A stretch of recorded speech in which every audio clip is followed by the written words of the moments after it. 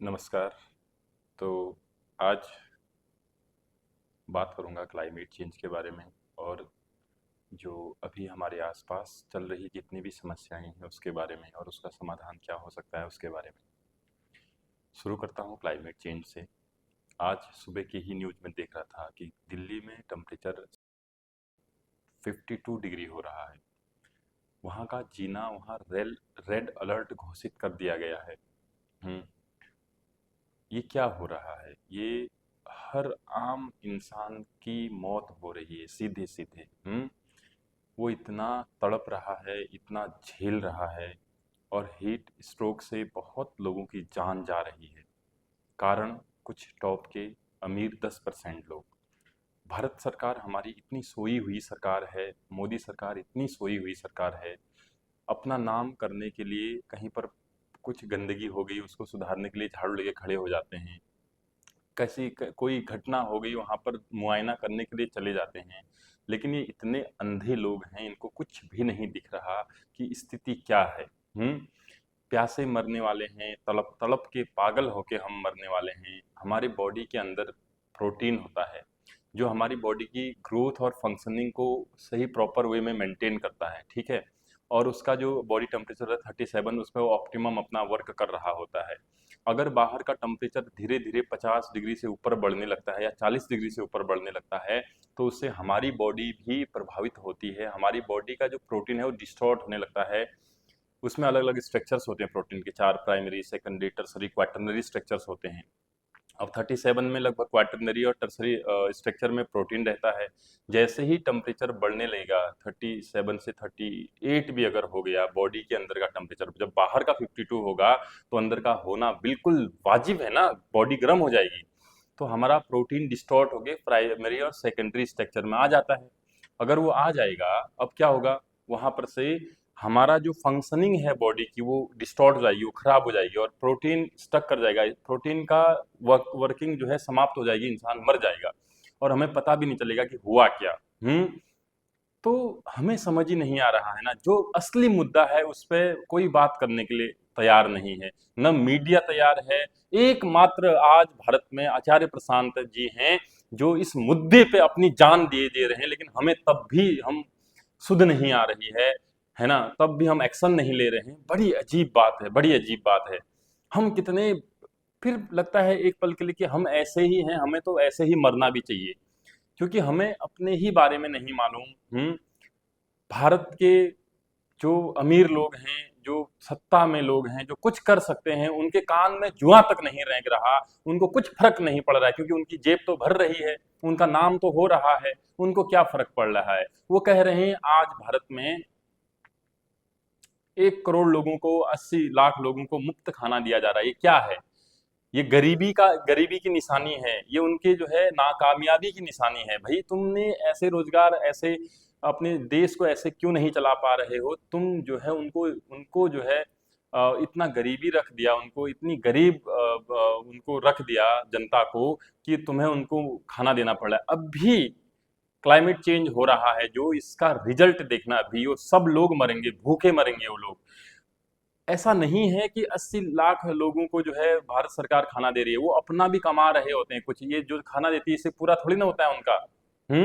रोटी चावल से थोड़ी ना काम चलता है, 10 और आवश्यकताएं होती हैं। वो मरेंगे बेचारे, वो सब के सब है ना। जो सबसे निचले तबके के लोग हैं वो बिल्कुल धीरे धीरे करके समाप्त हो रहे हैं। आज भी प्रतिदिन क्लाइमेट चेंज से, भूखमरी से भारत में 7,000 से 19,000 लोगों की मौत हो रही है। ये आंकड़ा न हमें कोई दिखाता है ना। जाइए यूट्यूब पे, गूगल पे सर्च करिए, है ना। बड़ी अजीब बात है। सरकार को समझ नहीं आ रही है, उसको तो अपने घूमने से मतलब है, ये है वो है ना। दूसरा ये भी है कि हम ही अवेयर नहीं हैं। और बाबा लोग आज भारत में इतने हो गए हैं जो जिन्होंने सत्यानाश कर रखा है, धर्म को ऐसा बना दिया है ना। कुछ क्रिकेटर हैं, उनके पास जाते हैं और कुछ लोग फेमस हो जाते हैं और वो जीवन का जहर है, जहर। वो हर इंसान के जीवन में जहर भर रहे हैं, है ना। ऐसे हजारों लोग मैंने देखे हैं, मेरे कांटेक्ट में भी हैं, जो प्रेमानंद या अनिरुद्धाचार्य या बाबा बागेश्वर धाम इनको सुनते हैं, लेकिन उनके जीवन में इतनी परेशानी बढ़ जाती है, अंततः उनको जो है आचार्य प्रशांत के पास आना पड़ता है कि अपनी परेशानियों से उभरने के लिए, है ना। और गुणगान उन्हीं के गाते हैं और उन्हीं पे पूरा जीवन न्यौछावर कर रहे हैं। कर क्या रहे हैं हम लोग? बड़ी अजीब बात है। हम जब तक ये नहीं दिखेगा ना, अनपढ़ लोग, जाहिल गवार लोग कुछ भी आके कुछ भी बोल रहे हैं, है ना। घरों में, अब घरों की स्थितियां देखो, घरों में बच्चे हैं, बच्चे किस चीज का शिकार हो रहे हैं आज पता भी है, घर वालों को पता भी नहीं रहता, इतने अंधे होते हैं घर वाले। जब घर वाले बेकार होंगे, लड़कियों के साथ रेप हो रहे हैं, घरों में रेप हो रहे हैं, अपने रेप कर रहे हैं, और उनको पता तक नहीं, वो किस मुंह से बताएगी घर वालों को कि मेरे साथ ये हो गया है, ये हो गया, क्या बताएगी वो? और हमारे मतलब समाज सोया हुआ है। जब लड़की पढ़ाई कर रही होती है, उसके जीवन में कितनी कितनी विकट स्थितियां आती हैं, वो किस किस दौर से गुजरती है, घर वालों को पता ही नहीं है, क्योंकि घर वाले अपना मुंह और कहीं और मार रहे होते हैं। तो ये क्या चल रहा है? ये क्या चल रहा है? जब अब बच्चे पढ़ाई के बाद जब बाहर आने लगते हैं, लड़का किस चीज में फंस चुका है, नशे में फंस चुका है, पोर्न में फंस चुका है, ये हमें दिखता ही नहीं। जब फिर यहाँ से जब यही टीन जो है बाहर आता है अपना 20-22 साल 25 साल, उसके जीवन में फ्रस्ट्रेशन होता है, इसलिए सुसाइड करते हैं। करियर का प्रेशर होता है, घर वालों ने जबरदस्ती थोपा होता है, तुझे तो डॉक्टर ही बनना है, तुझे तो इंजीनियर ही बनना है, तुझे तो सीए ही बनना है ना। और उसकी जिंदगी घुट रही होती है, अंदर ही अंदर घुट रही होती है। फिर घर से शादी का दबाव बन जाता है ना। उसके बाद जो है, शादी के बाद कैसा परिवार मिलेगा, कैसी बीवी मिलेगी, कुछ नहीं कहा जा सकता। वहां भी इंसान सफर कर रहा है। स्त्री है तो पुरुष की वजह से सफर कर रही है, अपने हस्बैंड की वजह से सफर कर रही है। उसके साथ हर दिन रेप हो रहा है, घर में उसके खिलाफ रेप हो रहा है, ठीक है।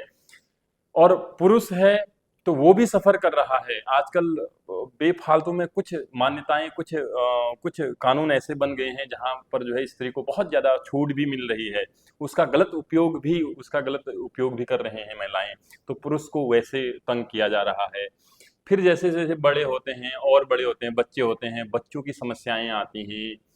अनजाने जाने में बच्चे पैदा हो जाते हैं, ना कोई समझा था ना सीखा था, फिर अब फिर से उस बच्चे की फिर वही जिंदगी शुरू हो जाती है। और हमारी जिंदगी, जो हम अभी बच्चे के माँ बाप बने हुए हैं, उनकी दुख में तकलीफों में जिंदगी पूरी कट रही है। कोई प्यासा मर रहा है, कोई जलन से मर रहा है, कोई किसी चीज से मर रहा है, कोई हार्ट अटैक से मर रहा है। इतना प्रेशर हो गया है जीवन में। ईएमआई ले ली है ना, कंपनियों ने बिल्कुल ऐसा ऐड कर दिया कि चलो यार, जीरो ईएमआई पे ही तुम्हें कार मिल जाएगी, घर मिल जाएगा। फिर 20 साल तक उसका ईएमआई चुकाते रहो, 20 साल तक कार की ईएमआई चुकाते रहो। उसमें पूरा जीवन व्यर्थ हो रहा है। और कर क्यों रहे हैं ये काम? जॉब भी कर रहे हैं, क्यों कर रहे हैं? मरने के लिए कर रहे हैं। तो ये क्या चल रहा है? हम्म हर जगह समस्याएं इतनी चल रही हैं, और हमें न तो दिख रही हैं। हमें तो मेरी ही अपनी ही समस्याएं नहीं दिख रही, हमें बाहर क्या दिखेगा? क्या बाहर दिखेगा हमें, जब खुद की फिर क्लाइमेट चेंज से अभी देखो, जो प्लेन क्रैश हुआ है अहमदाबाद में, उसमें भी बताया जा रहा है कि टेम्परेचर की वजह से कुछ परसेंटेज जो एक्सीडेंट होने का है या क्रैश होने का है, वो बताया जा रहा है कि टेम्परेचर भी उसका एक फैक्टर है, पता है। अभी तो ये शुरुआत है, अभी क्या क्या कितने डॉक्टर्स मर रहे हैं। परसों दिल्ली की रिपोर्ट आई थी कि एक डॉक्टर, 31 साल की एक डॉक्टर थी, बेहोश हुई मर गई। पोस्टमार्टम किया तो पता चला कि हीट स्ट्रोक से वो मरी हुई थी, है ना। ऐसे कितने बच्चे की जान जा रही है आए दिन, कितना। और बाकी आपको मीडिया तो दिखता ही होगा, मीडिया में आपको क्या क्या दिखाया जा रहा है। वहाँ आईपीएल में लोग बिजी हैं, और वहाँ बाबाओं में लोग बिजी हैं, वहाँ सट्टा लगाने में लोग बिजी हैं, वहाँ दारू पीने में लोग बिजी हैं, खैनी खाने में लोग बिजी हैं। और जो इन सब का ऐड कर रहे हैं, वो तो अपना करोड़ों रुपया ले रहे हैं। एक दो एक मिनट के ऐड का वो अरबों रुपया लेते हैं, हमें वो भी नहीं मालूम, ठीक। और हम अपनी जिंदगी बर्बाद दे रहे हैं, हम अपनों की जिंदगी बर्बाद किए जा रहे हैं। क्या कर रहे हैं हम लोग? उठना पड़ेगा, जागना पड़ेगा, सही जीवन जीना है। आचार्य प्रशांत आज कृष्ण हैं भाई, डंक की चोट पे मैं बोल रहा हूं। आज जो कृष्ण के साथ नहीं होगा, उसका जीवन त्राही त्राही करके कटेगा और मरेगा वो। बहुत दुखों में उसका जीवन जाने वाला है। ये गुस्सा नहीं है, ये करुणा है। जीना चाहते हो, सही जीवन को समझना चाहते हो, ऊंचा जीवन जीना चाहते हो, इन सब चीजों से बाहर निकलना चाहते हो, एक मौका है, आचार्य प्रशांत जी से जुड़िए। नहीं तो वो विक्टिम हम हैं। अगर कुछ नहीं हो रहा है, हम इस हीट स्ट्रोक से मरेंगे, कुछ नहीं हो रहा है, हम एक्सट्रीम वेदर कंडीशन से मरेंगे, कुछ नहीं हो रहा है, हम गुलामी में मरेंगे, कुछ नहीं हो रहा है, हम कोई विक्टिम बनेंगे। समझ नहीं आ रही है बात। क्या है भाई, कुछ सालों की जिंदगी है, उसको उसको बहुत अच्छे से नहीं जिया जा सकता है क्या? बिल्कुल जिया जा सकता है, लेकिन माहौल ऐसा नहीं है। चारों तरफ हमें केवल गुलाम बनाने वाले लोग हैं, केवल गुलाम बनाने वाले लोग हैं। कोई आपको आप तक नहीं पहुंचाने वाला, कोई आपको झकझोरने वाला नहीं है कि आप गलत कर रहे हो। एक बात बताओ, एक छोटी सी बात बता रहा हूँ, आपके लिए कुछ कोई इंपॉर्टेंट काम होता है, माना आपने कोई मूवी ही देखनी है, मूवी तो खैर नहीं, कोई काम करना है, नींद आ जाती है, आती नहीं आती, लेट नाइट में आप कोई काम कर रहे हो जो इंपॉर्टेंट है, जो कल करना ही करना है, आपको नींद आती है। जब हमारा शरीर ही हमें सपोर्ट नहीं करता है, तो ये दुनिया वाले हमें क्या सपोर्ट करेंगे, जरा बताइए तो। कुछ बिरले हैं, कहत कबीर कोई बिरला जागे, अंजन छोड़ निरंजन लागे। कुछ लोग हैं जो हमें जगा रहे हैं। कभी कबीर थे, कभी भगवान बुद्ध थे, कभी महावीर थे, कभी कृष्ण थे, कभी राम थे, कभी अल्लाह थे, कभी क्राइस्ट से, कभी सुकरात थे, आज वही कभी विवेकानंद थे, स्वामी विवेकानंद, कभी मीरा थी, आज आचार्य प्रशांत हैं हमारे लिए। हमें जगाने के लिए उन्होंने अपना जीवन जलाया है और जला रहे हैं आज भी। उनको इतनी तकलीफें हैं शारीरिक, वो चाहते तो अपना आराम से बहुत मजे कर सकते थे, लेकिन हमारे लिए वो दिन रात 18-20 घंटा दिन का काम कर रहे हैं। उनको प्रॉब्लम है, गले में प्रॉब्लम है, डॉक्टर ने बोला है मत बोलिए गला खराब हो जाएगा, वो कहते हैं नहीं, यही मेरे पास है, यही मैं भी लोगों तक पहुंचा सकता हूँ बात, और उनका जीवन सुधर सकता है, तो मैं कैसे बोलना छोड़ दूं, है ना। तो वो क्या चल रहा है हमें जानना पड़ेगा, हमें खुद को समझना पड़ेगा। मेरी जिंदगी है, हम आईपीएल में, मूवी में, पॉर्न में, इसमें बिजी नहीं रह सकते। हमारी जिंदगी, हमारे बच्चे, हमारे घर वाले हमसे क्या सीखेंगे, हमारा समाज हमसे क्या सीखेगा। फिर हमारे साथ कल कोई प्रॉब्लम आ जाएगी, हम कहेंगे समाज बुरा है, लोग बुरे हैं। अरे हम पहले बुरे हैं ना, ये देखना पड़ेगा। बुरा जो देखन में चला, बुरा न मिलिया कोई, जो मन अपना खोजिया, मुझसे बुरा न कोई। जो अपने मन को देखा तो पता चला मैं पहले बुरा हूं, तब दुनिया बुरी है। मैं ही सुधर जाऊं तो हर एक इंसान सुधरे तो सब कुछ सुधर जाएगा ना। और बहुत लोग तर्क देते हैं सब सुधर जाएंगे तो क्या होगा, अच्छा होगा ना, और क्या होगा। जो ये बुराई चल रही है, प्रॉब्लम चल रही है, ये समाप्त हो जाएंगी, और क्या होगा।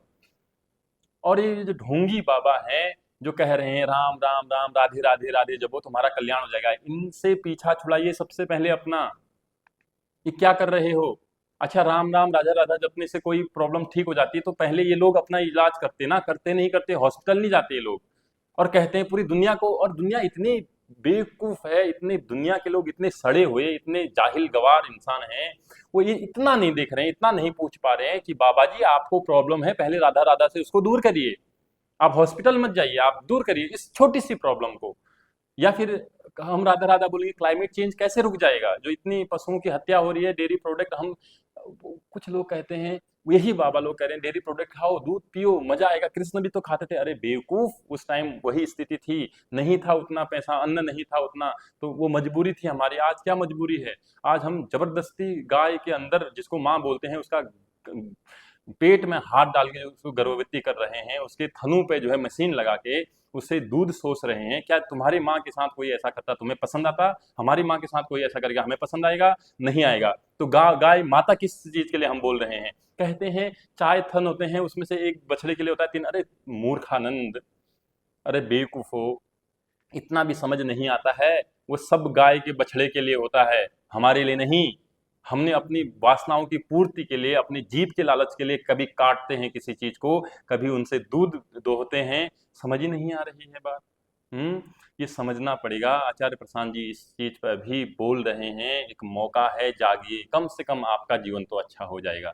जब एक व्यक्ति जागता है ना, वो धरती का प्रकाश बन जाता है, इन जैसे लुच्चड़ नहीं जो सब लोगों का विनाश कर रहे हैं। जरा सोचिए इस बारे में, जरा सोचिए। ये नहीं कि हम तो अंधभक्त हैं, जो कह रहा है वही सही है। अरे कैसे सही है भाई, जो विज्ञान को फेल कर रहा है। तुम मरोगे नहीं, भूत बन जाओगे, चुड़ैल बन जाओगे। अरे पहला नियम पढ़ा होता ना साइंस का, law of conservation of mass, ऐसा नहीं कहता। जो शरीर है वो शरीर पूरा राख बन जाता है, कुछ वाटर वेपर बन जाते हैं, कुछ कार्बन डाइऑक्साइड बन जाता है, कुछ, है ना। समझ ही नहीं आती है बात। ऐसे मूर्खानंदों को तो हम अपने गुरु मान बैठे हैं। ये मौका है, अपने जीवन को सुधारिए, अपने परिवार को सुधारिए, अपने समाज को सुधारिए, जिम्मा उठाइए, योद्धा बनिए, आचार्य प्रशांत जी संग जुड़िए। ये एक मौका है, जिंदगी अच्छा जीना चाहते हो, नहीं जीना चाहते हो, आपकी जिंदगी आपको मुबारक। ठीक है, धन्यवाद।